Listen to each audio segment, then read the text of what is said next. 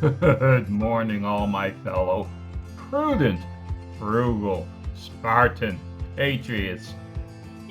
I find it most telling that CNN has this story filed under politics instead of business.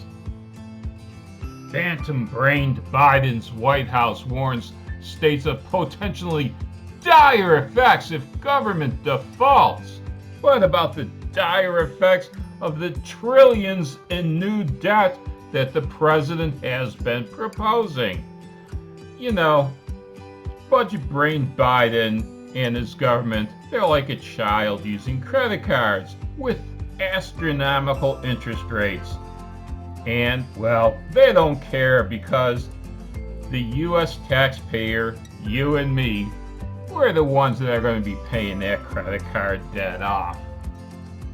We all know that there's good debt and there's bad debt. The worst debt is the credit card debt, unsecured debt, just like the U.S. government has.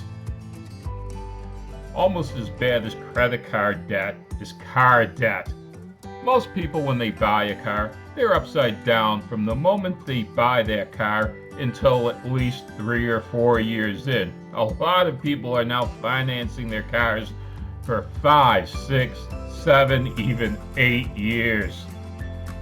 Almost as bad as car debt is student debt. Unless you have a plan, going into debt for that college education might not pay off. If all you've got is a Bachelor of Arts degree, say you're an English major, just what does that going to get you? Unless you've got a teaching degree to go with it, all you've done is accumulate a lot of debt without giving you any further job prospects. The only good debt that I can really think of is a house. When you go into debt for a house, you're buying an asset that's going to increase in value.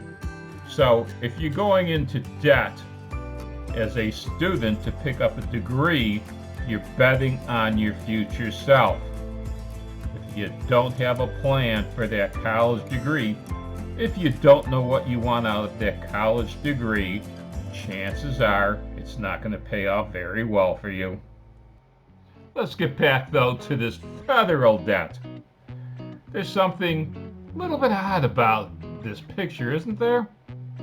It's the White House. We don't see, well, budget-brained Biden. You don't see him trying to sell his plan to the U.S. public. It's almost like he's an absentee president, like he doesn't care what we think about it right now. Now, rumor has it he can't even sell it to all Democrats. Yeah, I'm talking about Manchin.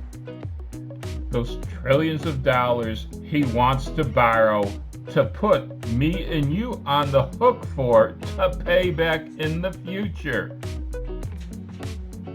How is that going to benefit us? If our taxes are going to go up, and believe me, they will, they're going to go up in two ways. One way it's going to go up is, well, this fantastical new budget that's been proposed by budget-brained Biden, well, it's going to introduce a new kind of inflation. Now, inflation is already high, but it hasn't gone out of control yet. It hasn't gone into hyperinflation. This budget promises to bring hyperinflation with it. So you're going to be paying the government in two ways. Inflation means you're going to be paying more for your food, your clothes, your gas, your car, your house. And you're going to be paying more in taxes. More is going to go to the government, less is going to go to you. You know, of course, Ronald Reagan was correct on this issue, don't you? The 9 most terrifying words in the English language are, "I'm from the government and I'm here to help."